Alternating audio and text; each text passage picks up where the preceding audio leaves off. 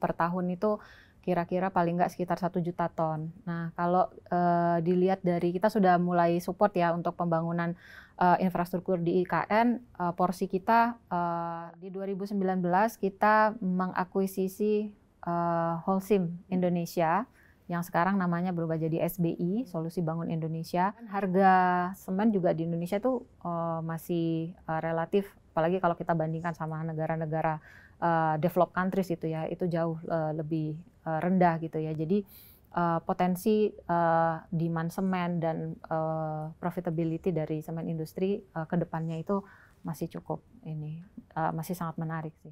Kapasitas yang kita miliki itu masih sangat mencukupi gitu.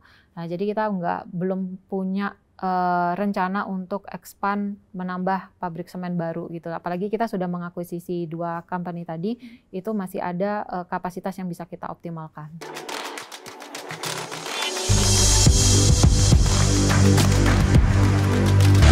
Hai Smart Investor, balik lagi di podcast Bareksa Insight. Kali ini kita tentunya akan membahas topik-topik yang menarik di dunia investasi dan pastinya akan selalu memberikan insight yang valuable buat kalian untuk menentukan target investasi kalian jauh lebih optimal ke depannya. Kali ini perkenalkan saya Arianto Dipo Sucahyo selaku Investment Manager dan kali ini juga ditemani oleh Mbak Putu selaku CEO dari Bareksa dan kali ini kita kedatangan dari tim SIG, itu Ibu Ferdinand Kusuma selaku SVP dari Strategic Finance and Investor Relations. Halo Bu, apa kabar? Halo, apa kabar Mas? Baik Bu. Thank you udah datang nih menyempatkan ke Bareksa. Makasih udah diundang juga. Jadi kita akan membahas sebuah industri nih Bu yang sempat hot di 10 tahun lalu, mungkin pas waktu zaman Pak Presiden Jokowi di periode pertama yang kita tahu bahwa beliau sangat berfokus nih Bu terhadap pembangunan sehingga waktu itu meningkatkan harga SMGR sendiri meningkat signifikan. Nah mungkin sebagai pendahulu nih buat smart investor mungkin ada newbie juga yang baru ingin mulai dan mungkin belum kenal lebih dalam nih tentang SMGR. Mungkin boleh dijelaskan sedikit Bu, mungkin dari sisi bisnisnya ataupun anak-anak usaha apa aja yang ternyata selama ini, ini ternyata punya Semen Indonesia gitu. Makasih Mas Ari. Jadi Semen Indonesia ini adalah perusahaan semen terbesar di Indonesia, bahkan mungkin salah satu yang terbesar di Asia Tenggara gitu ya. Nah, kita punya kapasitas itu 56 juta ton, termasuk kita juga punya fasilitas yang ada di Vietnam. Itu di Indonesia sendiri kita punya kurang lebih 54 juta ton. Nah, jadi selain semen, bisnis kita adalah bisnis turunan semen dan juga bisnis pendukung semen. Jadi kita juga punya bisnis di bidang ready mix, mortar, precast, lalu kemudian bisnis-bisnis mining dan juga kemasan relate dengan semen. Jadi itu dan juga scope kita itu tersebar di seluruh area di Indonesia. Jadi kita punya production facilities dari mulai Sumatera, di Jawa, production dan distribution facilities ya, Kalimantan, Sulawesi, dan juga kita punya packing plant di Papua. Nah itu yang memungkinkan kita untuk bisa punya market share terbesar di Indonesia sekitar 50%, lebih dari 50%. Oh. Tadi Bu Febri ya, jadi kan kalau dilihat kan memang disebutkan Ari, semen tuh menjadi sangat menarik ketika pemerintah sedang mendorong infrastruktur ataupun ekonomi sedang baik sehingga banyak pembangunan atas properti ya Bu. Nah ini kan masih hot bahwa nantinya pelantikan di bulan Oktober untuk presiden baru terpilih kita. Dan kelihatannya kalau lihat dari programnya untuk pembentukan dari IKN tuh akan dilanjutkan. Nah berarti kan itu kan akan bayangan kita ya Bu yang orang awam itu kelihatannya mungkin akan ada pembangunan besar-besaran di sana. Betul. Nah itu kira-kira efeknya akan seperti apa tuh ke Semen Indonesia? Apakah nanti berarti akan ada potensi sama seperti pada saat waktu Pak Jokowi terpilih? Ini ketika nanti Pak Prabowo dilantik ini juga akan mendorong kinerja Semen Indonesia juga. Iya, kita melihat potensi yang cukup besar ya dari IKN ini. Sampai dengan 2045 kita lihat untuk dari sisi proyek pemerintah sendiri kita perkirakan itu akan ada kebutuhan sekitar 23 juta ton sampai dengan 2045. Jadi per tahun itu kira-kira paling nggak sekitar 1 juta ton. Nah, kalau dilihat dari kita sudah mulai support ya untuk pembangunan infrastruktur di IKN, porsi kita yang paling besar lah untuk penyediaan semen di IKN.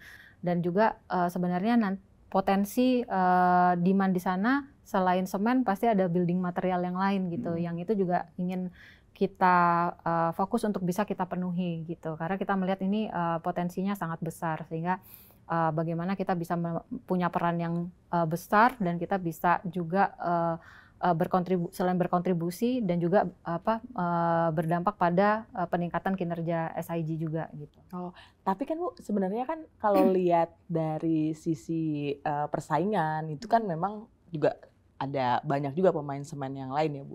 Kenapa semen Indonesia tetap akan bisa berkontribusi lebih di IKN? Kelebihannya apa tuh? Apakah jaraknya dengan production lebih dekat atau seperti apa ya, tuh? kita punya fasilitas distribusi yang memadai gitu ya selama ini, walaupun kita nggak punya integrated plant di Kalimantan, tapi kita bisa punya market share yang terbesar di Kalimantan. Kita punya 3 packing plant gitu ya, dan kita bisa mengirimkan produk kita dari baik itu dari Tonasa, dari Sulawesi dan juga dari Tuban.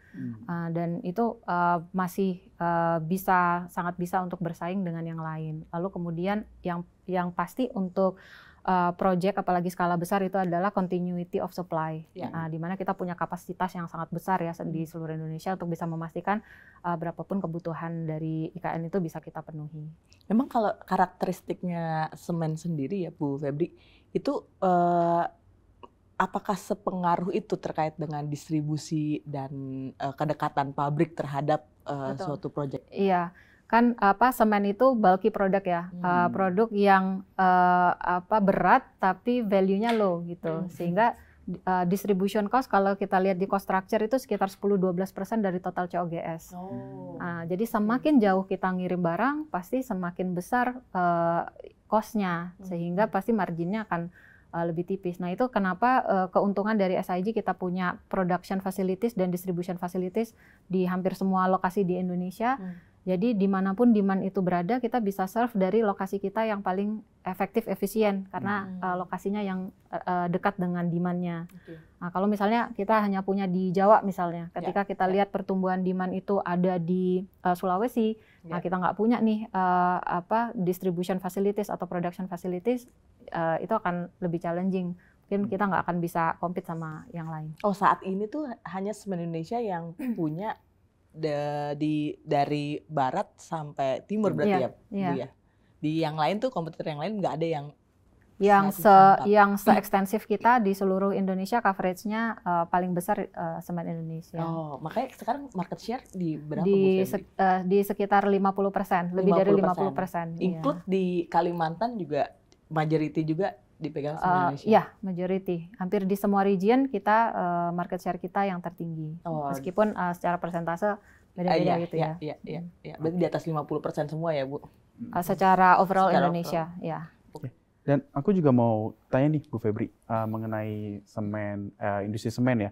Ini kan sangat identik dengan agak sedikit red ocean nih Bu, untuk terutama dari yang bag ya, penjualan bag. Nah ini apakah ada perbedaan harga yang cukup signifikan kalau melihat kan sekarang big data analysis sangat bisa didapatkan gitu.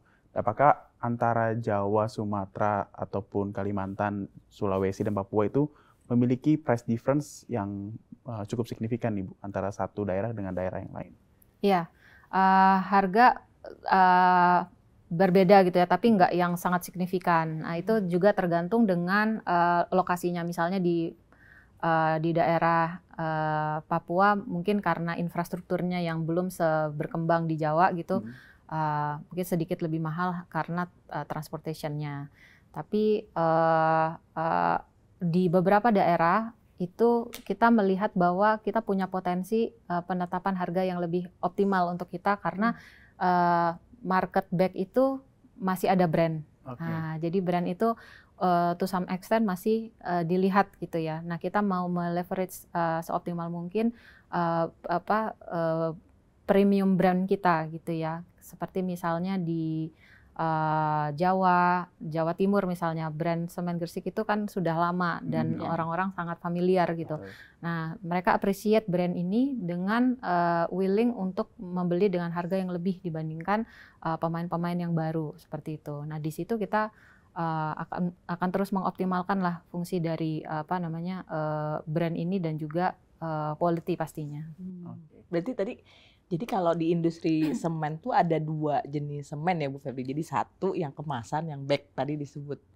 Yang kedua itu curah. Iya. Nah, sebenarnya kalau di industri itu memang kebanyakan di kemasannya, di bagnya atau di curahnya Bu? Atau masing-masing negara tuh berbeda karakteristiknya? Kalau di Indonesia, proporsi antara bag sama curah itu 70% bag. Jadi karena karakteristik konstruksi di Indonesia ini kan masih manual ya. Kayak misalnya kita renovasi itu kita panggil tukang aja gitu ya. Tukangnya nanti beli semen gitu. Nah, itu juga yang menyebabkan porsi bag di Indonesia ini masih sangat besar, 70%. Meskipun kalau kita lihat secara tren 10 tahun terakhir, porsi curah itu meningkat cukup signifikan dari yang kisaran 10%, sekarang udah di 30%, ditopang oleh terutama pertumbuhan infrastruktur, lalu kemudian juga masyarakat itu juga mencari solusi untuk bisa memudahkan dalam membangun rumah atau membangun commercial buildings gitu ya. Jadi misalnya ada customer yang membangun rumah itu udah dia nggak pakai semen untuk semua kebutuhannya. Bisa jadi dia pakai mortar untuk melakukan acian, plesteran seperti itu. Jadi udah shifting juga ke sana. Oh, tapi artinya kalau misalkan saat ini industrinya mulai bergerak lebih banyak ke curah, buat semen Indonesia itu jadi peluang atau jadi tantangan tuh? Peluang dan tantangan. Gitu. Tantangannya memang kalau curah itu kan marginnya tidak sebesar retail ya. Karena retail tadi ada brandnya. Tapi itu juga peluang karena berarti masyarakat mulai beralih ke produk-produk solusi. Yang mana kita quite advance nih. Kita punya strategic partner di SBI, yang mana dia mempunyai capability dan punya pengalaman lah ya, develop building material dan solution yang bisa kita aplikasikan di Indonesia gitu. Nah ini yang terus kita kembangkan. Misalnya kita punya solusi ready mix ya. Ready mix itu kita kan punya anak usaha di bidang ready mix. Nah ready mix itu ada yang regular ready mix, tapi juga ada yang kita bilang speedcrete misalnya. Speedcrete itu konkret yang bisa settling time-nya tuh jauh lebih cepat gitu. Jadi kalau untuk solusi perbaikan jalan gitu ya, itu dia 4 jam udah bisa settling gitu. Jadi mengurangi kemacetan misalnya. Lalu kemudian untuk permukaan-permukaan yang kalau kita pakai biasa gitu ya, itu rawan banjir misalnya. Nah, kita punya porus konkret TrueCrete kita bilang. Dia itu porus konkret yang mana dia bisa meningkatkan air itu bisa terserap gitu. Nah, solusi-solusi seperti itu misalnya contohnya yang kita mau develop termasuk tadi mortar juga. Itu yang jadinya bisa menambah marginnya tadi ya, berarti ya Bu Febri ya, untuk di area itu. Betul. Jadi di samping kita bisa mempertahankan market share kita dan juga kita ada additional margin dari Blue Ocean Business tadi. Iya, jadi ada tambahan bisnis baru, tidak hanya jual semen saja gitu kan berarti ya Bu Febri ya. Nah, Bu tadi curious juga mengenai tentang yang ready mix Bu tadi dan True dan Speed ya. TrueCrete dan Speedcrete. Nah, itu apakah dari sisi kekerasan betonnya bisa diatur juga Bu seperti ready mix? Karena kan biasanya kan ada standar beton ya Kak 100 sampai ke 300 itu apakah bisa di-adjust juga atau memang ada pre-default dari sisi? Biasanya untuk project itu dia punya spesifikasi yang harus dipenuhi. Nah, jadi kita akan menyesuaikan untuk spesifikasi dari suatu proyek itu dia butuhnya seperti apa. Nah, nanti kita bisa memberikan solusi yang seperti apa, seperti itu sih. Oke, berarti bisa adjustable ya Bu di setiap ready mix-nya ini, dan marginnya tentunya berbeda juga gitu, atau tetap sama nih? Bisa berbeda tergantung dengan solusi yang diperlukan. Nah, yang saat COVID kemarin kan sebenarnya Indonesia cukup struggling untuk ini ya Bu ya, pada penjualan, karena kan pas saat itu juga properti juga nggak banyak lah yang membangun properti atau infrastruktur di saat itu. Apa strategi yang dilakukan Bu? Apakah memang marketnya sudah mulai pulih, atau memang ada strategi-strategi baru yang dilakukan oleh Semen Indonesia sehingga kedepannya juga akan membaik gitu? Ya, memang kita lihat bahwa di 2023 kita bisa mengoptimalkan utilisasi gitu ya. Jadi utilisasi itu sangat penting karena tidak hanya kita bisa meningkatkan penjualan domestik, tapi juga penjualan ekspor. Tidak semua pemain semen di Indonesia itu punya capability untuk menjual produknya ke ekspor market gitu. Karena fasilitas produksi itu perlu dekat dengan pelabuhan. Lalu kemudian akan sangat-sangat membantu kalau kita punya pelabuhan sendiri, karena kita nggak depend sama pelabuhan yang ada gitu ya. Nah itu kita penuhi semua secara lokasi. Dari sebagian besar plan kita itu dekat dengan laut, dan kita punya port kita sendiri gitu. Nah sehingga kita bisa mengoptimalkan volume ekspor kita. Nah ekspor ini bukan fokus utama kita, tetap fokus itu adalah domestik, tapi sepanjang kita masih punya kapasitas yang bisa kita optimalkan, ekspor ini akan sangat membantu untuk mengoptimalkan indeks-indeks produksi, lalu cost per ton juga akan bisa jauh lebih optimal. Nah itu kenapa kalau kita lihat di 2023 total cost per ton kita itu relatif lebih baik dibandingkan tahun sebelumnya. Oh, berarti artinya sebenarnya domestik itu dari sejak COVID pulihnya mungkin belum optimal ya Bu ya, tapi ada hal baru dari sisi Semen Indonesia, di sisi ekspornya itu yang cukup membantu di sisi kinerja keuangan tahun lalu ya Bu. Iya. Nah kalau kita lihat juga beberapa tahun terakhir nih Semen Indonesia juga agresif untuk mengakuisisi perusahaan semen lain gitu ya Bu. Ini apakah itu tadi salah satu strategi untuk mendekatkan dengan pasar, atau apa? Karena kan kalau kita lihat sebetulnya tadi kapasitas kan mencapai 52 juta ton ya Bu. Tapi kalau misalkan lihat dari sisi sepertinya kalau lihat dari sisi pemakaian kan sebenarnya masih ada ruang yang cukup gitu ya Bu. Nah ini kenapa tuh Bu kemarin tuh jadi ada akuisisi tersebut? Betul, di 2019 kita mengakuisisi Holcim Indonesia yang sekarang namanya berubah jadi SBI, Solusi Bangun Indonesia, karena pada saat itu mereka adalah pemain terbesar ketiga waktu itu ya. Dan sebagian besar fasilitas mereka itu berlokasi di Jawa Barat, di mana kita tidak punya integrated plant di sana. Nah, padahal Jawa Barat ini adalah salah satu source of demand terbesar secara percentage. Nah, sehingga selama ini kita harus mengirim produk dari Jawa Timur, karena plant kita di Jawa Timur, atau Jawa Tengah ke Jawa Barat. Nah, kalau kita punya fasilitas di Jawa Barat, kita akan bisa mengefisienkan distribution cost, dan juga berarti dengan harga jual yang sama, kita bisa dapat optimalisasi margin. Lalu kemudian dari sisi skala kita jadi jauh lebih besar, sehingga skala ekonomi dari sisi pengadaan, supply chain, dan juga marketing itu banyak sinergi yang bisa kita peroleh dari situ gitu. Lalu kemudian di 2022 kita mengintegrasikan semen Baturaja, karena saat semen Baturaja adalah SOI semen yang belum kita integrasikan. Jadi kalau dulu itu semen Indonesia kan semen Gresik ya. Semen Gresik itu punya semen Gresik itu sendiri, lalu ada semen Padang, semen Tonasa. Nah itu mereka di tahun 95 sudah dikonsolidasikan ke dalam semen Gresik gitu ya. Dan sekarang menjadi semen Indonesia. Nah tinggal semen Baturaja. Dan semen Baturaja ini juga punya potensi yang baik karena kita juga nggak punya lokasi di Sumatera bagian selatan. Karena kalau di Sumatera itu kan ada bukit barisan ya di tengah. jalannya susah Iya, ya. jadi kalau padahal plan kita ada di bagian barat. Jadi kalau mau kirim ke bagian timur itu bahkan untuk di beberapa case kita harus muter gitu ya. Nah, transportation cost itu challenging. Tapi kalau dengan ini kita bisa rerouting.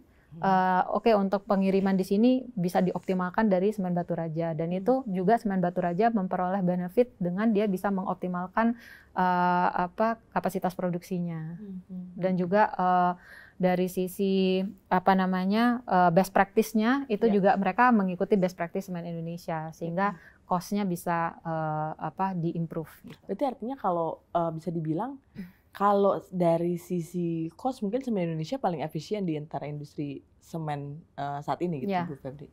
Iya, betul, betul, dan itu yang selalu terus kita upayakan untuk terus diimprove. Pertama dari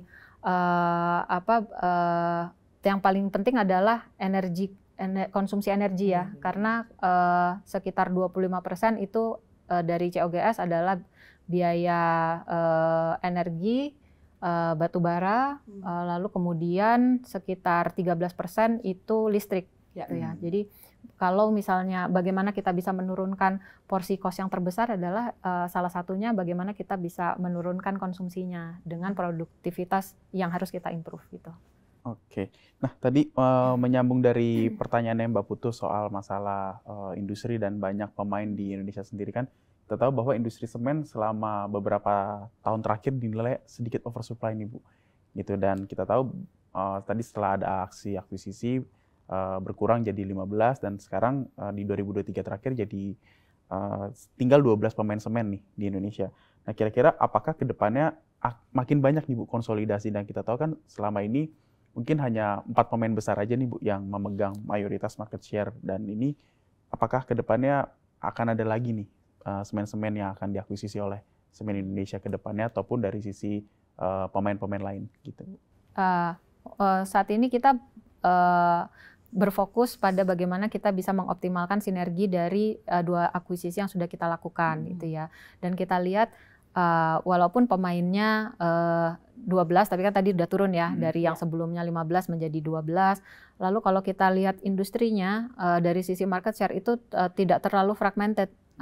Kalau di negara tetangga, salah satu Southeast Asian countries itu dia jumlah total kapasitas kurang lebih sama dengan kita, total demand kurang lebih sama-sama kita, tapi hampir nggak ada pemain yang punya market share lebih dari 30%. Nah, tapi kalau di Indonesia 90% market share, lebih dari 90% itu hanya di cover oleh 4 pemain. Jadi sebenarnya sangat-sangat less fragmented gitu ya. Jadi ini adalah fokus kami adalah bagaimana supaya industri ini disiplin gitu, lebih disiplin. Tidak berfokus pada agresif memperoleh market share, tapi dengan price war misalnya gitu ya. Tapi bagaimana kita bisa menjaga agar industri ini tetap sehat seperti itu. Oke, tadi kan sempat di-mention juga bahwa Semen Indonesia nih merupakan salah satu pemain semen yang paling efisien nih Bu, dari sisi cost per ton juga. Dan dilihat bahwa kan tadi kontribusi dari bahan bakar, terus batu bara, itu kan berkontribusi lumayan nih Bu terhadap COGS-nya dari Semen Indonesia sendiri.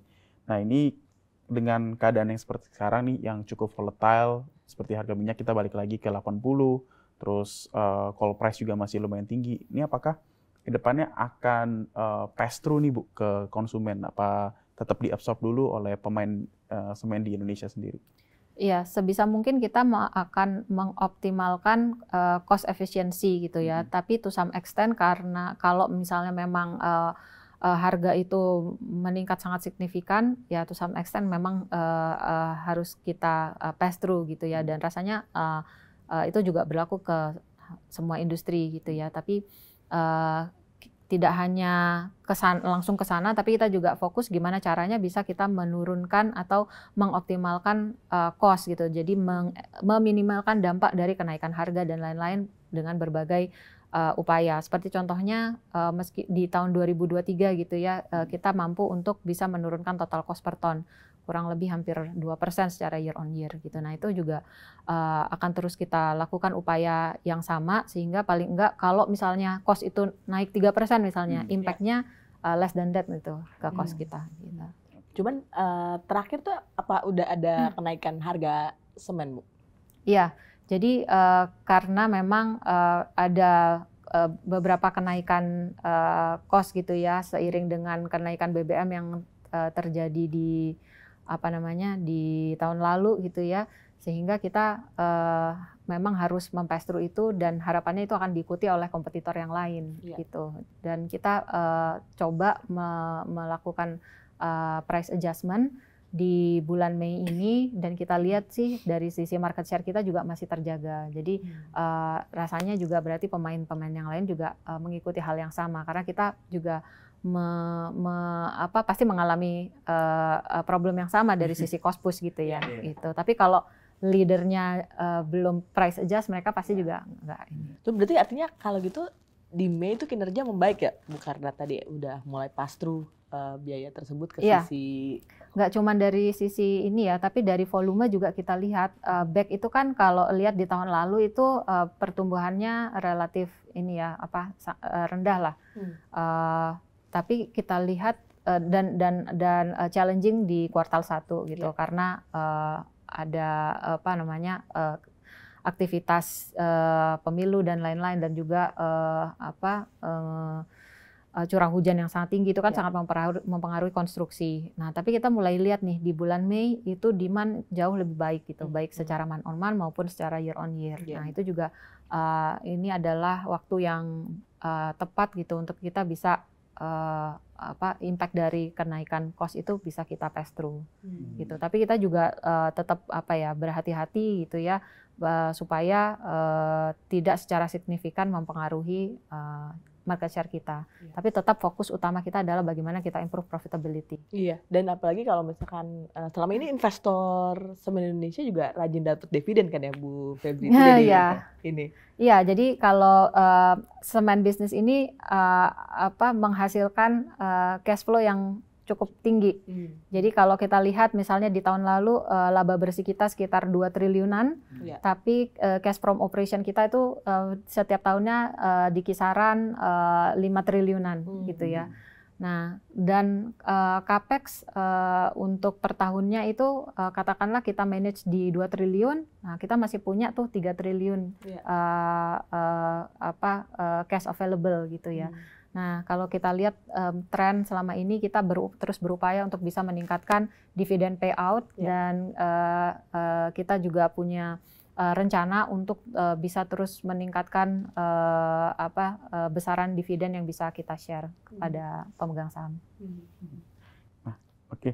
Nah, mungkin kalau untuk yang tadi mengenai soal ekspor kan kita tahu beberapa negara ya tujuan ekspor itu sangat mengedepankan soal ESG nih Bu, gitu kan, sertifikasi ESG baik dari sisi company-nya sendiri ataupun produknya sendiri, dan kita tahu semen Indonesia sudah mulai dekarbonasi yang cukup signifikan nih di 2023 kemarin. Nah, kira-kira plan implementasi ke depannya seperti apa nih Bu untuk meningkatkan rating ESG sendiri? Iya. Sebetulnya rating ESG kita di tahun ini itu meningkat gitu ya. Kalau kita mengacu pada Sustainalytics itu ada perbaikan dari rating ESG kita. Nah, tapi kita belum merasa cukup di situ ya. Kita harus terus improve gitu menuju target dekarbonisasi yang sudah kita tetapkan. Nah, kita punya mid target sampai dengan 2030 untuk bisa mencapai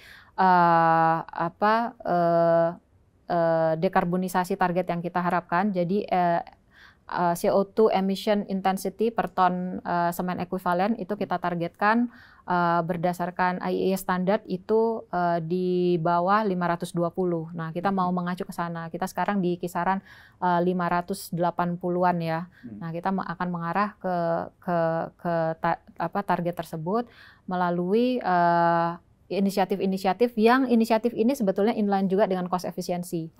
Nah, jadi yang pertama bagaimana kita bisa meningkatkan thermal substitution rate. Jadi kita mau mensubstitusi penggunaan coal dengan alternative fuel, baik itu industrial waste, municipal waste, sampah perkotaan ya, lalu biomass juga gitu. Nah, sekarang kita masih di kisaran 7-8%.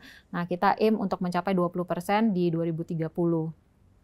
Lalu kemudian, kalau kita bisa mensubstitusi dengan alternatif fuel, dan alternatif fuel itu saat ini relatif jauh lebih rendah ya dibandingkan harga coal gitu ya. Jadi kita juga bisa meminimalkan impact dari volatility harga coal, tapi juga kita bisa mendapatkan cost efficiency.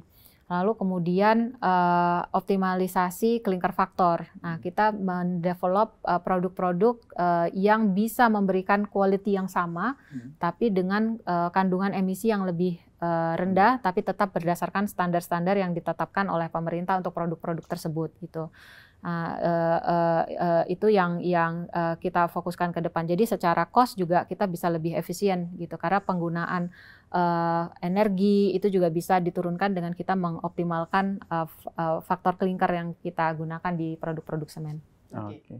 Jadi semakin tahun nanti semakin cuan ya Bu ya, karena marginnya kan tadi dibilang 20% nantinya akan beralih ke alternatif fuel seperti itu ya Bu. Jadi margin yang dimiliki SMGR nih bisa makin 20% itu ke pemakaian coal-nya. Pemakaian alternatif fuel untuk menggantikan coal. Menarik, lumayan lah untuk cost efficiency. Nah, untuk tadi sempat disinggung juga soal dividen yang kita tahu bahwa dari sisi payout ratio-nya yang masih cukup tinggi gitu ya Bu. Apakah kedepannya optimalisasi dari tadi kan cash flow operations-nya yang juga lumayan besar itu ingin dimanfaatkan lagi nih Bu untuk membuat integrated plan lagi yang baru gitu, karena kita tahu kan masih tadi konsumsi semen per kapita di Indonesia masih cukup rendah, takutnya masih belum ada sebenarnya market-market yang belum optimal di reach gitu. Kita melihat bahwa kapasitas yang kita miliki itu masih bisa dioptimalkan lagi, dan sekarang kan kita juga tahun lalu kita mengekspor hampir 7 juta ton gitu ya. Nah, pada saat demand di domestik itu meningkat, kita at any time bisa mengalihkan penjualan yang ekspor tadi ke domestik. Karena domestik memang secara profitability jauh lebih tinggi ya profitability-nya. Jadi rasanya sampai dengan 5 tahun ke depan kapasitas yang kita miliki itu masih sangat mencukupi gitu. Nah, jadi kita belum punya rencana untuk expand menambah pabrik semen baru gitu. Apalagi kita sudah mengakuisisi 2 company tadi, itu masih ada kapasitas yang bisa kita optimalkan. Itu udah spill tuh dari Bu Febri, berarti artinya manajemen pasti akan selalu mendorong untuk memberikan dividen yang besar. Iya, betul. Dan kita juga mau mengoptimalkan cost of capital kita gitu ya. Jadi salah satunya juga bagaimana kita bisa berkontribusi lebih membagikan dividen kepada pemegang saham. Ya. Ada lagi kan pertanyaan Pak Putu? Itu aja berarti tinggal tinggal dibeli nih. Udah cukup sangat menarik harga semen Indonesia. Soalnya ini kayaknya mungkin jadi tahun ini tuh lumayan paling termurah ya Bu ya untuk harga semen Indonesia. Jadi potensi banget bagi investor untuk kalau memang mau masuk saat ini tuh emang udah momennya tuh untuk ini. Nanti kalau udah keburu naik udah susah kita ngejar ya. Iya. Bisa gitu. Apalagi seasonality di Q3 pasti volume selalu lebih bagus ya Bu dibandingkan dengan volume semester pertama. Ya, karena seasonality. Betul. Gitu. Jadi jangan sampai miss out gitu nanti ke depannya. Oke. Mungkin itu aja podcast untuk materi kita di Bareksa Insight hari ini. Saya mewakili tim Bareksa dan seluruh dari tim SIG. Kami mundur diri dan see you at podcast Bareksa berikutnya.